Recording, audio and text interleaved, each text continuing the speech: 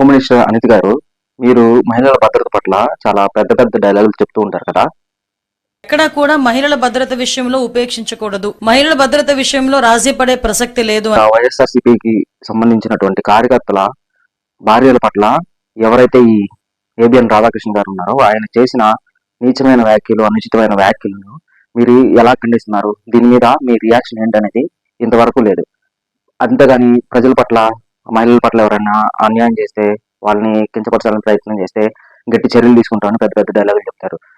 అసలే మీరు మంత్రివర్గంలో రీసెంట్ గా ఇచ్చిన ర్యాంకింగ్స్ లో చివరున్నారు.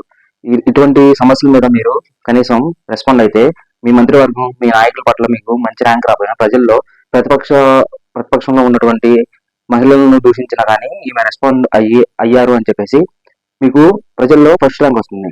అంతేగాని మీ నాయకులు ఏబిఎన్ ని సమర్థించారు అంటే చంద్రబాబు నాయుడు గారు, లోకేష్ గారు ఈ వాళ్ళని సమర్థిస్తూ ఒక ట్వీట్ ని పెట్టారు కాబట్టి మీరు సైలెంట్ గా ఉంటున్నారా? అసలు ఈ రాధాకృష్ణ గారు ఈ వైఎస్ఆర్సీపీ మహిళల పట్ల చేసినటువంటి వ్యాఖ్యలు ఏదైతే ఉన్నాయో అవి కరెక్టా, రాంగా, మీరేమనుకుంటారో కామెంట్ చేయండి.